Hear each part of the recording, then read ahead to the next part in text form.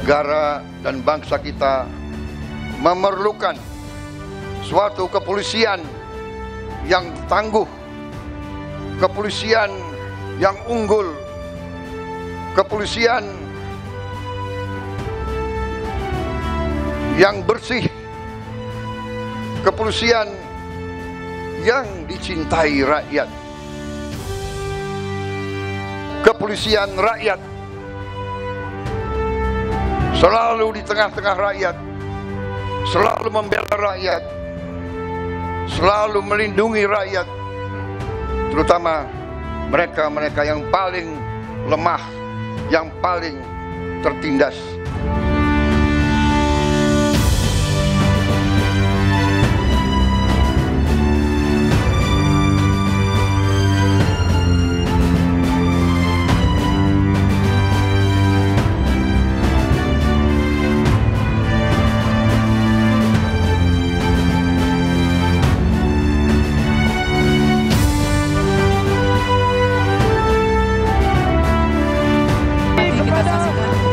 Presiden Prabowo, kami bangga dengan Bapak. Polri untuk masyarakat.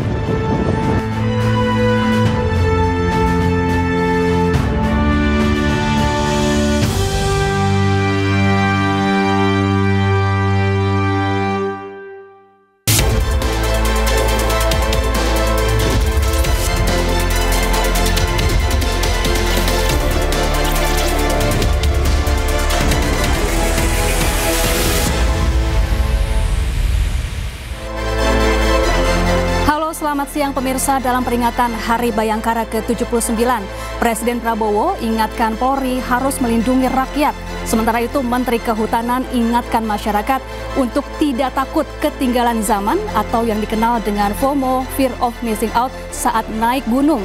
Karena naik gunung berbeda dengan jalan-jalan ke mall.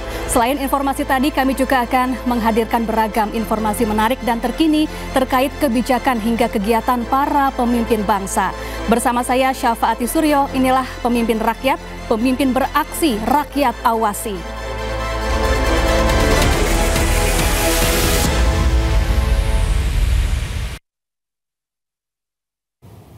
Pemirsa, Presiden Prabowo Subianto menghadiri upacara peringatan Hari Ulang Tahun Polri atau HUT Bayangkara ke-79.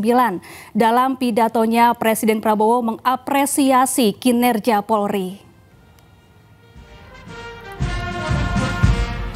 Kapolri Jenderal Listio Sigit Prabowo menemani Presiden Prabowo Subianto memeriksa pasukan yang bertugas di lapangan Monumen Nasional Jakarta dalam rangka upacara HUT Bayangkara ke-79.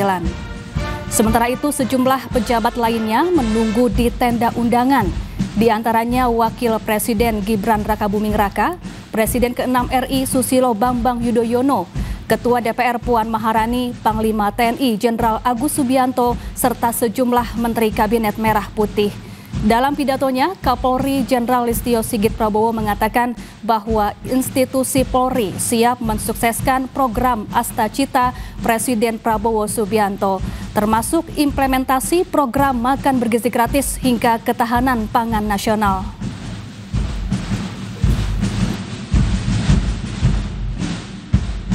Guna menghadapi berbagai tantangan tersebut, Bapak Presiden Republik Indonesia telah mencanangkan misi Astacita sebagai pedoman arah perjuangan bangsa Indonesia.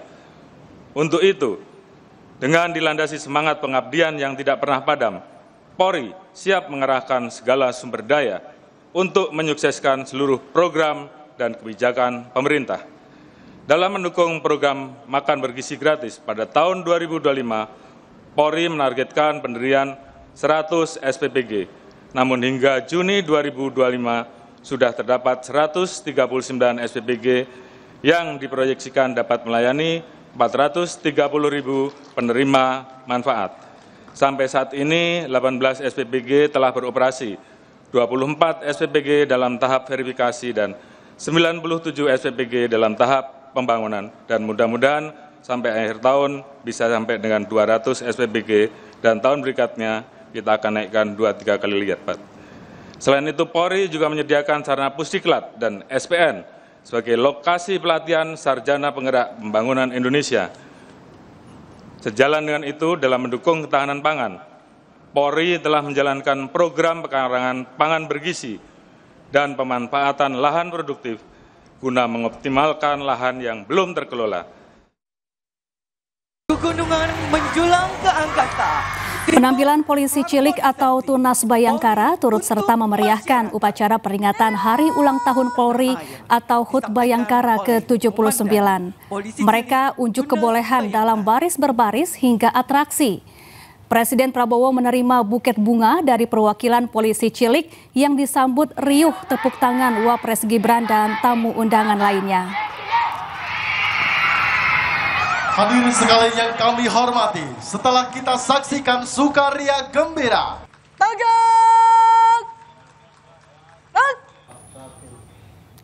Pemirsa, Menteri Luar Negeri akui kesulitan mengisi posisi duta besar di 12 kedubes Republik Indonesia. Pernyataan ini disampaikan Menlu Sugiono setelah dicecar oleh DPR RI dalam rapat kerja antara DPR dan Kementerian Luar Negeri.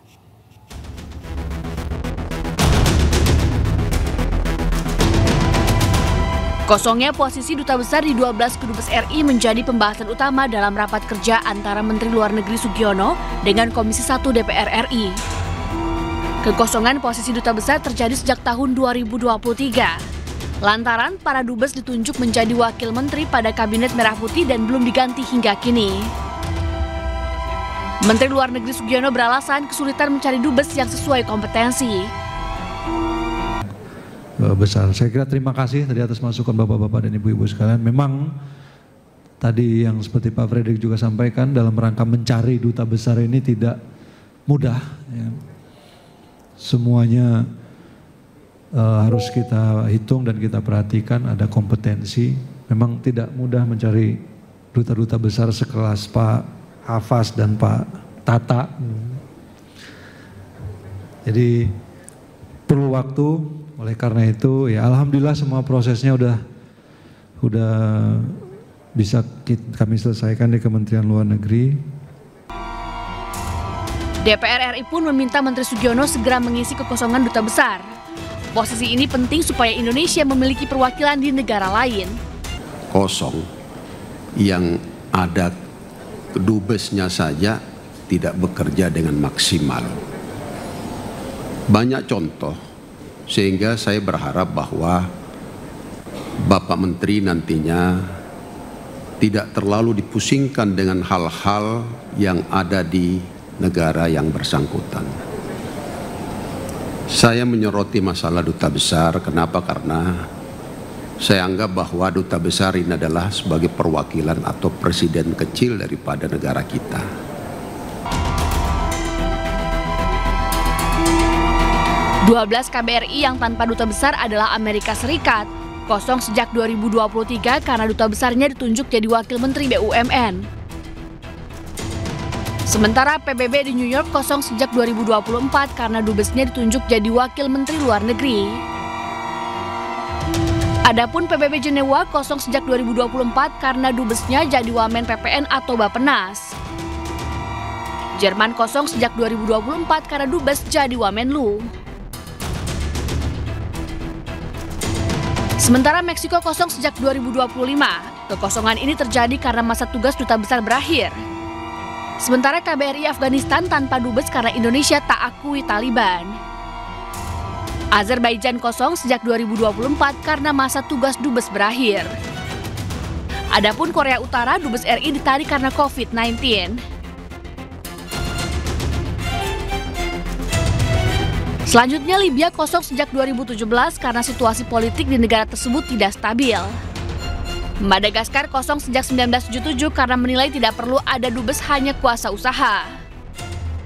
Myanmar kosong sejak 2023 karena RI tak akui junta militer. Polandia kosong sejak 2025 karena duta besarnya meninggal dunia.